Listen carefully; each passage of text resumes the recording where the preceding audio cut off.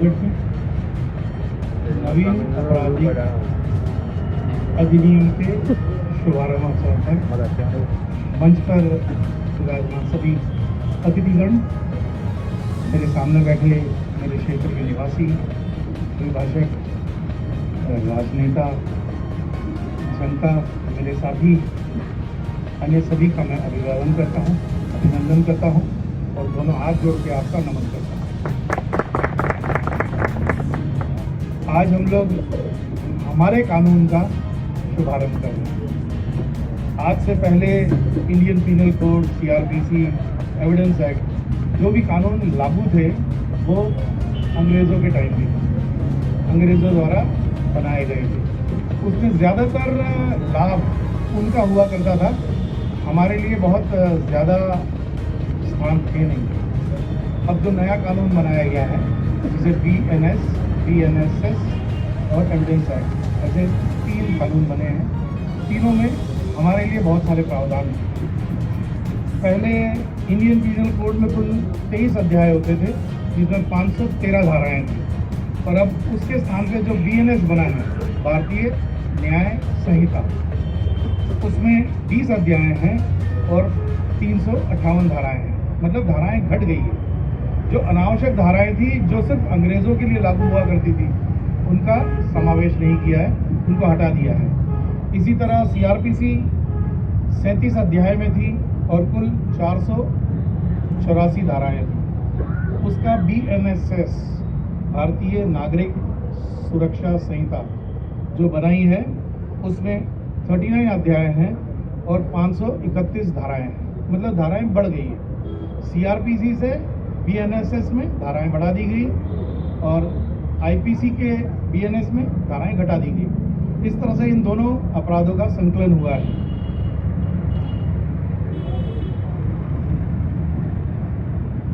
मूलतः यदि हम परिदृश्य देखें तो किसी भी देश में होने वाले अपराधों को तुलनात्मक रूप से जाना जा सकता है और उससे उस देश के कानून व्यवस्था की जानकारी ली जा सकती है।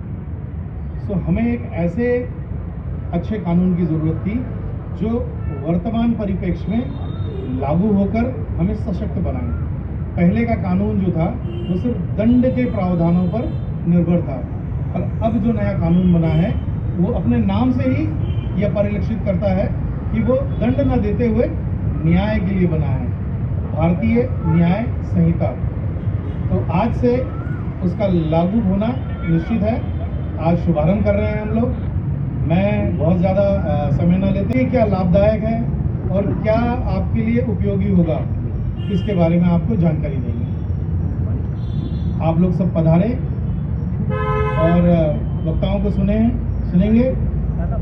इसके लिए बहुत बहुत धन्यवाद। अंग्रेजों के ज़माने के Indian penal code, CRPC, criminal procedure code और इंडियन एविडेंस एक्ट, ये सारे कानून जो 163 साल पुराने थे, भारतीय संसद ने इनको निरस्त कर दिया है और इनके स्थान पर, जैसा कि पाठक जी ने बताया, CRPC के स्थान पर भारतीय नागरिक सुरक्षा संहिता और इंडियन पिनल कोड, भारतीय न्याय दंड के स्थान पर BNSS, भारतीय न्याय अधिनियम और भारतीय साक्ष्य अधिनियम, पहले उसको इंडियन एविडेंस एक्ट भी बोलते थे, पर अब उसको हिंदी में भी और इंग्लिश में भी भारतीय साक्ष्य अधिनियम भी कर दिया गया।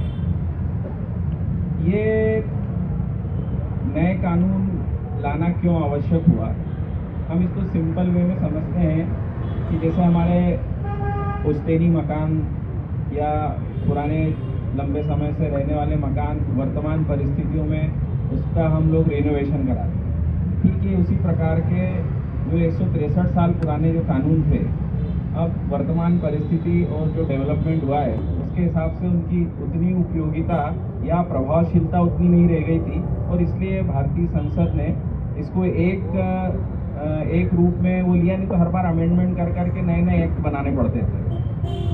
और इसी परिप्रेक्ष्य की दृष्टि से उन्होंने ये तीनों उसमें जो वर्तमान परिप्रेक्ष्य है उसका समावेश करते हुए इसको कंसोलिडेट किया है। अब चूँकि हम मोहगढ़ थाने में हैं तो सबसे पहले अगर क्राइम की बात करें तो कभी भी अगर कोई अपराध होता है तो सबसे पहले आम जन पुलिस के पास ही आता है एफआईआर दर्ज कराने। सबसे पहले जो चेंज हुआ है वो पुलिस की प्रक्रिया से अपन स्टार्ट करें तो कोई भी व्यक्ति अगर एफआईआर दर्ज कराने आता है तो पहले वो पुराने कानून सीआरपीसी के तहत 154 के तहत उसको एफआईआर दर्ज कराना पड़ती थी और अब उसमें चेंज कर दिया है, धारा का परिवर्तन है 173 में। पहले जब भी कोई व्यक्ति कोई अपराध की सूचना किसी थाने पे जाता था तो पहले थाने पे उसका क्षेत्राधिकार निर्धारित करते थे कि उस क्षेत्राधिकार के अंतर्गत ये अपराध हुआ है कि नहीं। अब 173 जो नया कानून में जो धारा दी है उसमें अब कोई भी थाने के या कहीं पे भी आप चले जाएं, आपसे कोई क्षेत्राधिकार के बारे में नहीं पूछेगा। जब भी कोई व्यक्ति एफआईआर दर्ज कराने जाएगा तो उसकी एफआईआर पहले दर्ज की जाएगी, चाहे वो किसी भी अपराध क्षेत्र के अंतर्गत घटित हुई हो। अगर वो बाहर वाले क्षेत्र में घटित हुई है तो उसको 0 पे कायम करना पड़ेगा, मना नहीं कर सकते। अब एक चीज़ का और इन्होंने वो कर दिया है इजी बनाने के लिए कि एफआईआर कोई व्यक्ति जरूरी नहीं कि थाने आके ही करे, अगर इलेक्ट्रॉनिक ईमेल के माध्यम से या इलेक्ट्रॉनिक संसूचना के माध्यम से भी अगर वो दर्ज करना चाहे तो करवा सकते हैं। बस उसमें सावधानी ये रखना है कि अगर किसी ने ईमेल या ई संसूचना के आधार पे ये एफआईआर दर्ज कराई है तो उसको 3 दिन के अंदर उस थाना जहाँ पे उसने वो करवाई है वहाँ आना पड़ेगा और वहाँ पे अपने सिग्नेचर करके उसको लिखित में उसको पुलिस को दर्ज करना पड़ेगा, लेकिन वो ईमेल के माध्यम से कर सकता है। एक और अच्छी प्रक्रिया अपनाई है कि जो बच्चे हैं या जो महिलाएं हैं या जो 60 साल से ऊपर के बुजुर्ग हैं उनको स्टेटमेंट के लिए पुलिस यहाँ नहीं बुला सकती। ये उन्होंने चेंजेस किया है, जो पहले 161 होता था वो 181 कर दिया है उन्होंने। तो अब जो ऐसे हैं या जो दिव्यांग हैं वो उसमें पुलिस को वो जहाँ रहते हैं या जहाँ वो अपना स्टेटमेंट देना चाहते हैं वहाँ उनको जाना पड़ेगा, कंपेल नहीं कर सकते कि आपको थाने ही आना है। जैसा वर्तमान समय में भी इलेक्ट्रॉनिक मीडिया और उसका जमाना ज़्यादा है, पुलिस को भी काफ़ी कार्य करना पड़ता है, इनके ऊपर भी काफ़ी प्रेशर था। इनके लिए भी सुविधाजनक एक वो कर दिया है कि किसी को भी नोटिस या सम्मन देने के लिए अब इनको जाने की या उसको देने की ज़रूरत नहीं है। अगर उसका व्हाट्सअप नंबर है तो उसके माध्यम से भी वो उनको सम्मन की तामीली करा सकते हैं और उनको आना पड़ेगा। एक प्रक्रिया और अच्छी करी है कि किसी भी व्यक्ति को किसी कारणवश वो कोर्ट में गवाही देने नहीं आ सकता है तो वो किसी भी संबंधित क्षेत्राधिकार जहाँ पे भी वो है नज़दीकी, जहाँ पे भी वो ई कोर्ट के माध्यम से अपने स्टेटमेंट रिकॉर्ड करवा सकता है। ये कुछ ऐसी चीज़ें हैं जो आम नागरिकों की सुविधा के लिए और आसानी से, और इसमें पुलिस का, प्रशासन का और सरकार का ज़्यादा व्यय न हो और त्वरित न्याय मिल सके, ये ऐसी व्यवस्थाएं उन्होंने की है। तो इन तरीके का चेंजेस किया है। जैसा पाठक साहब ने बताया था कि पहले इंडियन पिनल कोड में ज़्यादा सेक्शन थे, 511 थे, अब उन्होंने 357-58 के करीब कर दिए। 20 के करीब जो है वो नए अपराध, क्योंकि आजकल जब 163 साल पहले जब ये कानून बना था तभी जो आज के समय के इलेक्ट्रॉनिक डिवाइसेस और ये सब नहीं थे, और आज के समय में इनसे रिलेटेड अपराध ज़्यादा बढ़ गए। तो ऐसे करीब 20 अपराध जो है नए उल्लेखित किए गए हैं और उनको भारतीय बीएनएस के अंदर स्थान दिया गया है ताकि कहीं इधर उधर भटकना ना पड़े। और एक बढ़िया चीज़ ये भी करती है कि अब जो भी एफआईआर होगी, स्टेटमेंट रिकॉर्ड होंगे या पुलिस जो इन्वेस्टिगेशन के लिए मौका वारदात पे या मौका नक्शा बनाने जाती है, अब वो हर चीज़ के लिए इनको वीडियोग्राफी करना पड़ेगी ताकि वो निष्पक्षता सामने रहे। क्योंकि अक्सर कोर्ट में ये सब चीज़ें चैलेंज होती हैं कि साहब ये गए नहीं, इन्होंने मन से लिख लिए या वो, पर अब वो वीडियोग्राफी रहेगी और उसके लिए इजी कर दिया है, अपने मोबाइल के माध्यम से भी कर सकते हैं। अब वो बंदिश हटा दी है, इनके CCTVS जो सॉफ्टवेयर है उसके अंदर भी चेंजेस का प्रावधान वो किया है। ये सारा जो किया है वो इजी गोइंग बनाने के लिए किया है, आम पब्लिक को कम से कम परेशानी हो और सुविधा ज़्यादा मिल सके।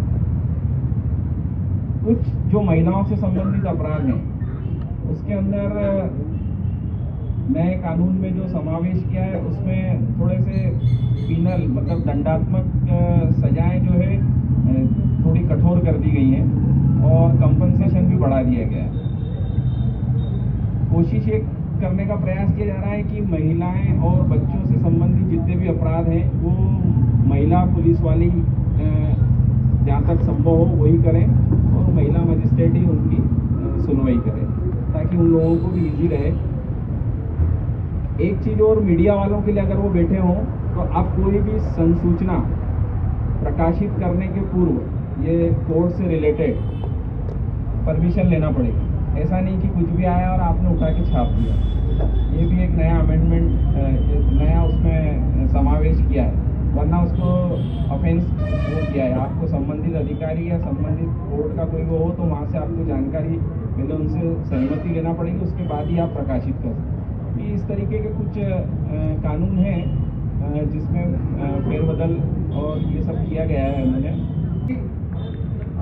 हमारे देश में सबसे ज़्यादा अगर किसी चीज़ की कमी है तो वो कानून के प्रति जागरूकता की कमी थी।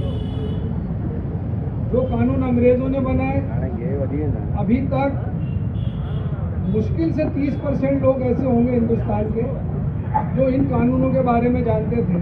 अब चूंकि नए कानून बन गए हैं जो 1 जुलाई 2024 से जिन्हें लागू किया गया है तो उनके बारे में जागरूकता लाना बहुत ज़रूरी है। अब कानूनों के बारे में मेरे पूर्व सभी अधिवक्तागण ने पीआई साहब ने बहुत सारी जानकारी दे दी, उसको रिपीट करने से मतलब नहीं है।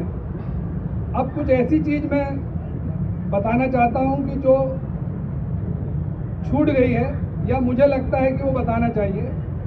सबसे पहली बात 3 एक्ट है, आप ये समझ लें। जो 3 एक्ट है भारतीय न्याय संहिता, सबसे ज़्यादा प्रभाव पड़ने वाला है जनता पर इसी कानून का। आपने गाली बकी, आपने थप्पड़ मारा, आपने बलात्कार किया, पब्लिक को इसी से मतलब है। जो भारतीय नागरिक सुरक्षा संहिता है और एविडेंस एक्ट है, ये सिरदर्दी है वकील, पुलिस और अदालत की। इसका आम जनता से कोई लेना देना नहीं है। वो कोर्ट में जाने के बाद उनके अधिवक्ता और जो भी उनके कानूनी जानकार हैं, ये उनका सिरदर्द है। अब इसमें कुछ चीज़ें जो हैं जो जोड़ी गई हैं जिनके बारे में, जैसे अभी ड्राइवरों ने हड़ताल की थी कि 10 लाख का जुर्माना और 10 साल की सज़ा, और उस कानून के खिलाफ सभी ने प्रोटेस्ट किया था। तो मैं आपकी जानकारी से बता दूं कि पहले 304A में ये मुकदमा बनता था आईपीसी में, जो अब धारा 106(1) में बनेगा भारतीय न्याय संहिता के तहत। इसमें पहले 2 साल तक की सज़ा थी, लेकिन अब इसमें 5 साल तक की सज़ा कर दी गई है यदि एक्सीडेंट में किसी की मृत्यु हो जाती है तो। और जो पोर्शन जिसके बारे में ट्रक ड्राइवरों ने हड़ताल की थी वो 106 धारा 106 की उपधारा 2 में प्रोविज़न था, जिसमें 10 लाख रुपए या 10 लाख रुपए तक जुर्माना और 10 साल की सज़ा, उसको अभी इन्फोर्समेंट करने से गवर्नमेंट ने रोक दिया है। मतलब वो कानून अभी लागू नहीं हुआ है, उसका इन्फोर्समेंट नहीं किया गया। दूसरी बात कि पॉक्सो एक्ट में बहुत सारे प्रोविज़न किए गए महिलाओं और बालकों से संबंधित, लेकिन इस बार भारतीय न्याय संहिता में भी कठोर दंड से उपबंधित किया गया है। अगर 16 वर्ष से कम उम्र की महिला के साथ में अगर कोई अब शारीरिक संबंध बनाता है, बलात्कार करता है, तो उसको 20 साल या उम्र कैद की सजा है। और अगर मान लीजिए 12 वर्ष से कम की अगर कोई बच्ची के साथ में इस तरीके का कोई गलत कृत्य करता है तो उसे आजीवन कारावास या मृत्यु दंड से दंडित किया जाएगा। ये इस कानून की ये पहले नहीं था। इसके अंदर एक चीज़ और सोच समझ लीजिए कि पहले जो कानून थे उसमें केवल इतना लिखा था कि आजीवन कारावास से दंडित किया जाए। अब इसमें स्पेशल प्रोविज़न लिखा है, शेष प्राकृत जीवन काल के लिए जेल में डाला जाएगा। मतलब कि मरते दम तक जेल में रहेगा। आजीवन कारावास का मतलब ये है। पहले हालांकि अभी भी वही है, लेकिन इसमें स्पेसिफिक उसका प्रोविजन किया गया है। दूसरी बात कि इसमें आतंकवादी संगठन या उनको सपोर्ट करने के लिए पहली बार प्रोविजन किया गया है। यदि कोई व्यक्ति किसी आतंकी संगठन में सदस्य होता है या डायरेक्टली इनडायरेक्टली अगर वो मदद करता है, जैसे उसको गोला बारूद देना। पहले क्या होता था कि अरे साहब ये तो बस मेरी गाड़ी मांग के ले गया था और मुझे थोड़ी मालूम नहीं है क्या करने जा रहा था।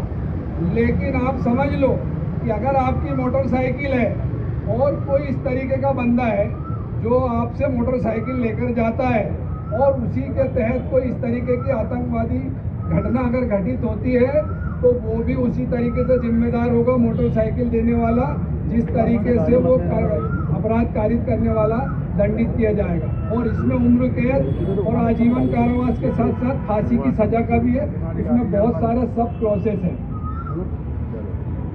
आगे है इसमें, ये तो बता दिया है जो मैं छोड़ देता हूँ।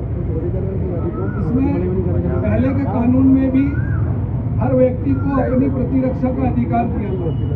इस कानून में भी दिया गया है कि ऐसा नहीं है कि अगर कोई आदमी आप पर अपराध कारित करने के लिए आता है तो आपको अपनी संपत्ति जान माल की सुरक्षा का अधिकार नहीं है। भारतीय न्याय संहिता में आपको वो अधिकार भी दिए गए हैं कि आप किस हद तक अपनी संपत्ति, अपने परिवार के बच्चों की, बीवी की या खुद की जान की सुरक्षा कहाँ तक कर सकते हैं। तो उसमें पहले सिर्फ उसको बाद में डिफाइन करते करते अलग अलग किया गया था, लेकिन इस बार इस कानून में ये भी उल्लेख किया है कि आपको अपनी प्रतिरक्षा का अधिकार किन किन परिस्थितियों में है और किस में नहीं है। अगर मान लो कोई लूट करने आता है आपके घर में, आधी रात के बाद कोई हथियार लेकर के घुसता है अपराध की नियत से, कोई आप पर किसी तरीके की जानलेवा हमला करता है, तो आप उसकी मृत्यु कारित करने तक भी अपनी प्रतिरक्षा कर सकते हो। ये इस कानून में प्रावधान किया गया है। तो इसमें ये नहीं है कि आदमी डर जाए कि अगर चोर घुसा तो उसको डर के मारे पुलिस को फोन करना है, अगर वो एक है और हम दो हैं और उसको मार सकते, तो ये नहीं करना है कि हम उसको चोरी करने का इंतजार करें, डर के बंद हो जाए, चोरी करके चला गया, उसके बाद पुलिस को फोन कर रहे हैं। आप हिम्मत करो, उसको अच्छी तरीके से उसको सजाओ, धुलाओ और उसके बाद थाने में दो। आपका कुछ नहीं होगा। प्रतिरक्षा के अधिकार के तहत आप पर कोई मुकदमा नहीं होगा। दूसरी बात,